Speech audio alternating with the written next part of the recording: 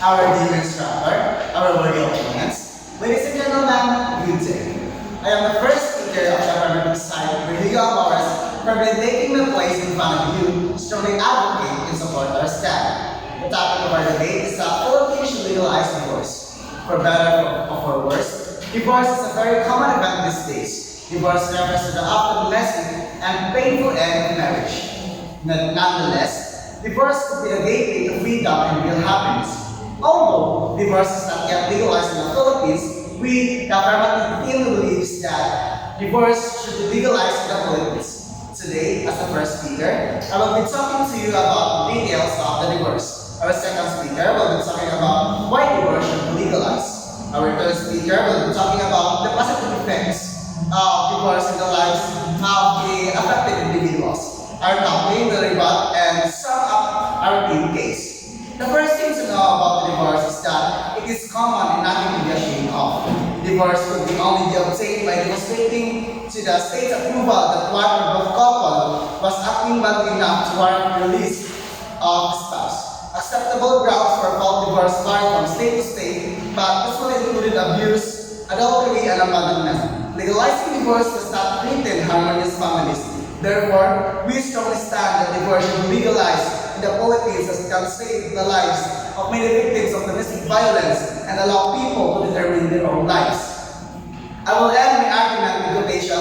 When two people decide to get a divorce, it isn't a sign that they don't understand one another, but a sign that they have at least begun to. Thank you.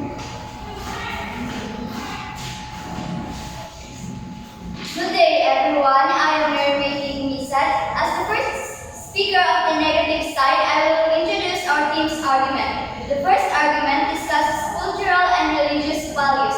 The topic of the second speaker will be the impact of divorce on children. The third speaker will talk about social stigma or erosion of trust, and the fourth speaker will sum up the argument and defend our side. Ladies and gentlemen, we believe that divorce should not be legalized in the Philippines because legalizing divorce could be seen as going against the fundamental teachings of the church and challenging the deeply ingrained cultural values. This could lead to a weakening of family bonds as family members may feel conflicted between their religious beliefs and the legality of divorce. Filipino culture puts the family at the center of one's life, the main source of financial security, the fountain of one's emotional, moral, and spiritual nourishment. It appears that divorce would be contrary to the constitutional provision to protect and strengthen marriage and family as basic social institutions. Given the family-centered Filipino culture, the legalization of divorce may, instead of saving the dignity of human beings, contribute to the proliferation of emotionally sick, morally ill, and spiritually bankrupt individuals. Good day once again to our instructor, to our dear opponents. Charlotte promised to confront you, the second speaker at the affirmative side. Divorce should be legalized in the Philippines because it can be a protective tool against domestic violence, which is the strongest reason why it should exist. In other countries, they found significant reductions, disposal conflict, and extreme partner violence. Once divorce was an acceptable option. Regulating divorce in the Philippines will save the burden of separated and irreconcilable couple. Not allowing divorce as a legal option is like not allowing emergency exit in the building. For example, imagine there's a fire, but the building owner didn't put an emergency exit because he does not believe in it, and that you were expected to keep managing the fire, not escape it. Domestic violence also takes up a significant portion and the reason for the divorce around 25 to 50% in other countries. By using this option, you're condemning the victims of domestic violence to life and death. Not having access to this option can turn to desperation, leading some individuals to consider a lateral option. Divorce isn't not a tragedy. A tragedy is staying from an happy marriage and happy relationship, teaching your children the wrong things about love. Remember, nobody ever died of divorce. Thank you. Public and good afternoon, everyone. I am Martin Shinora, the second speaker of the negative side of legalization of divorce. One of the biggest impact of the children when divorce is legalized. It is a psychological trauma that experienced children are thrown in a new reality where the family experience. Children are thrown into a new reality where the family instructor that have always known is being dissolved, leading to confused anxiety, even depression. They have struggled with feelings of abundance, guilt, and low self-esteem. And their relationship with both parents may be affected. In addition, they may long to their wants and no longer exist, and they often feel confused, abundant of emotion, distraught. They may feel a sense of loss, anger, guilt, and anxiety, leading to depression and other mental health issues. Children are divorced parents can also struggle academically, socially, and behaviorally. They may struggle to contribute at school, have difficult making friends and maintain relationships, and have certain behaviors such as aggressive and rebellion.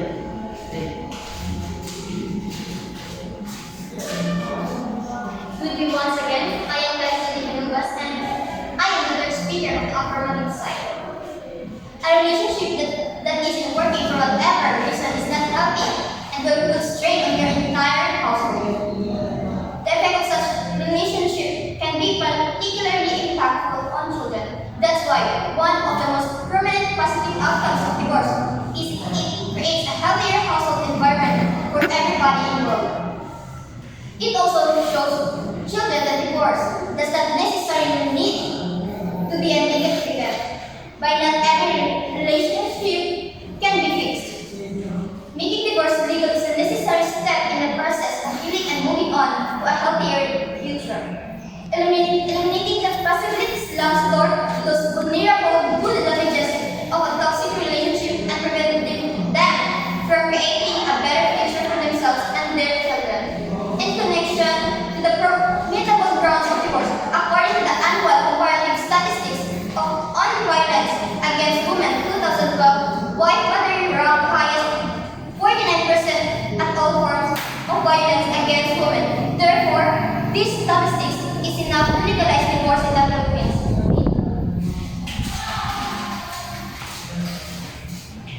A pleasant afternoon to everyone from our comment. Legalizing divorce leads to an increase in the level of trust and commitment within the village. First of all, legalizing divorce conveys the idea that marriage can be entered into an ended without much obligation. With regard to this, marriage becomes to be seen as a temporary engagement that doesn't need much effort or dedication, rather than as a lifelong commitment. This can erode trust and commitment that are integral as successful relations. Secondly, having the option of getting a divorce can make people less committed to working through issues under marriage. When there is no option for divorce, couples are often more motivated to work through difficulties and find solutions to improve the relationship. However, when divorce is an easy option, there can be a tendency to give up message on the marriage without making serious effort to solve a problem and they get the rock under marriage, leading to a lack of commitment. And according to the study conducted by researchers at the University of Denver, found that couples have experienced a divorce event, such as divorce or separation, were less likely to trust each other and were more likely to have doubts about their connection with each other than couples who had not experienced a divorce event. So I firmly believe that divorce should not be legalized. And you did not simply change the system just because of your personal values to know, well, the personality of that person you're going to marry. Commitment is crucial. And moments of joy and hardships, couples must remain in each other's sides to weather the storms that may arise as they pursue their relationship. When we see most people give up on their marriage, it's easy to lose a heart. We might often find ourselves building the worst part and in turn build our spouse. But we must understand that the worst moments in the married life is also important. It teaches us to love fully and unselfishly, and is called to mature in our relation and deliver our commitment to our beloved. That's all.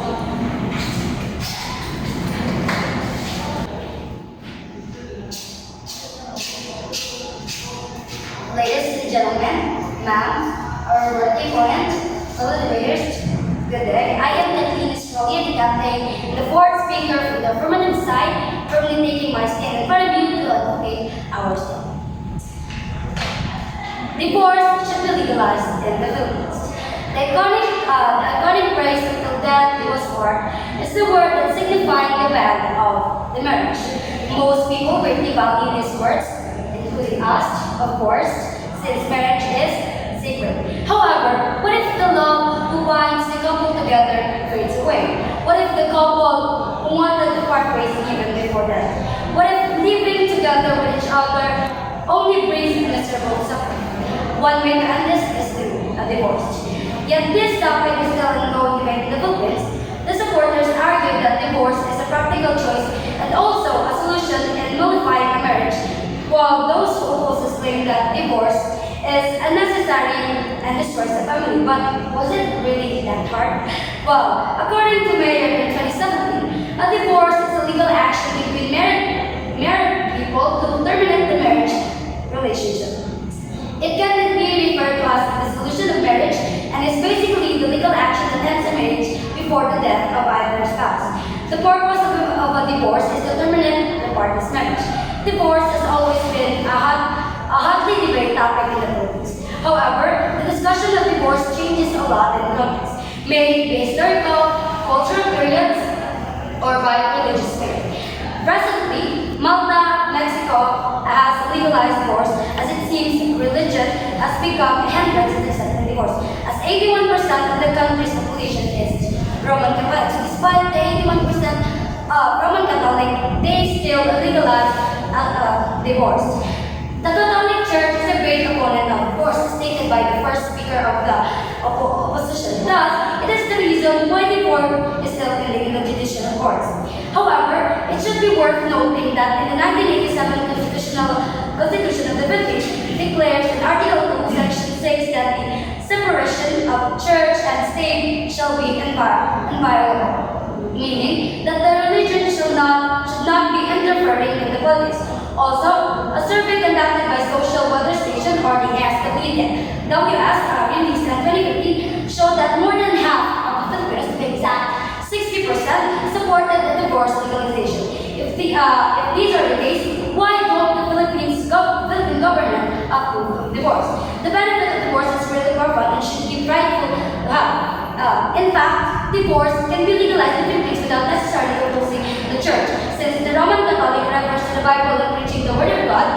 If it is fully valid, it's fully valid to actually cite words of divorce in the Bible. According to Wealth.com, God tolerates divorce in the cases of adultery, abandonment, and abuse. When there is sexual immorality committed by spouse or other, it is permissible to divorce, is said in Matthew 19.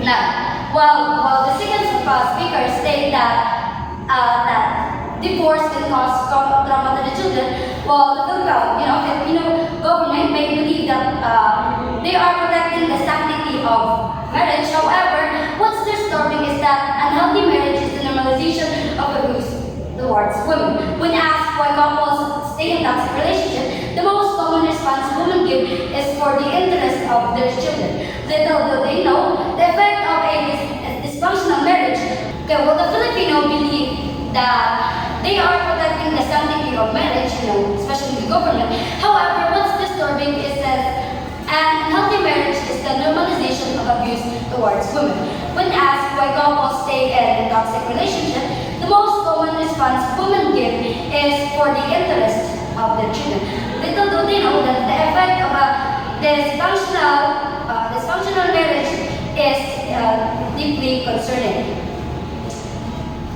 The final thing to know upfront about marriage is that divorce is not the end of the world. Divorce is a process involving a very real end, but it is also a very real new beginning.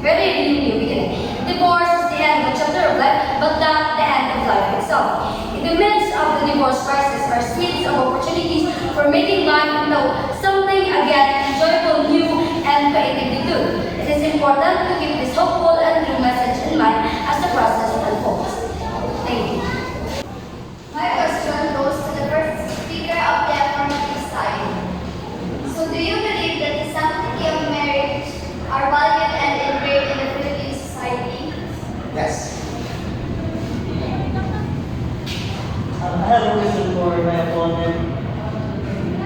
for the affirmative side is by legalizing divorce, it eradicate the problem of the domestic violence encountered such as Yes.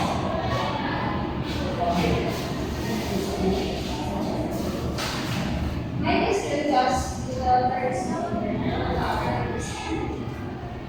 Are you certain that the financial stability of the family will not affect the divorce? Yes. Okay. My question goes to Ms. Australia, sports speaker. Are you pertaining that annulment an existing law in the Philippines is rigged and only favors those who can afford it? Yes, I do. Thank you.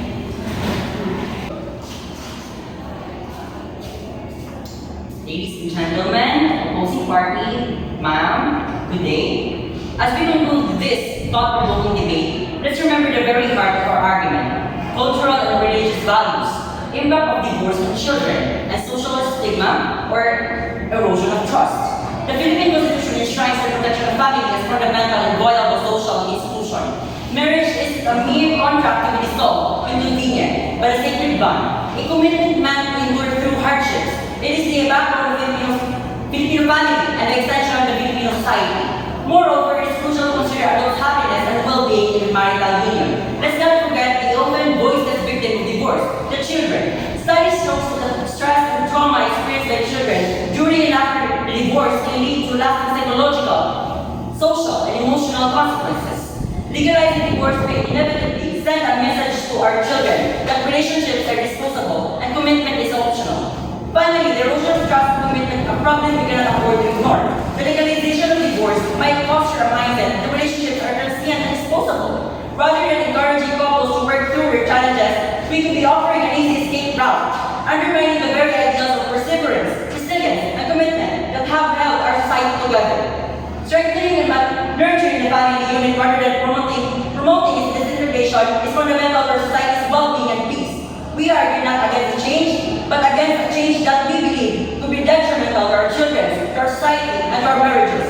Let's focus our energies on fortifying marriages and supporting families through policies that foster communication, counseling, and education, rather than endorsing the dissolution of marriage.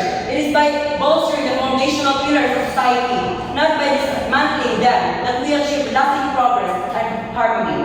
Thank you. So this question is for the second speaker from the negative side. So this question is answerable by yes or no. So based on your speech a while ago, so you state that children with divorced parents are struggling. So do you think that their performance is better with by staying in an abusive relationship? Again, do you think their performance is better by staying in an abusive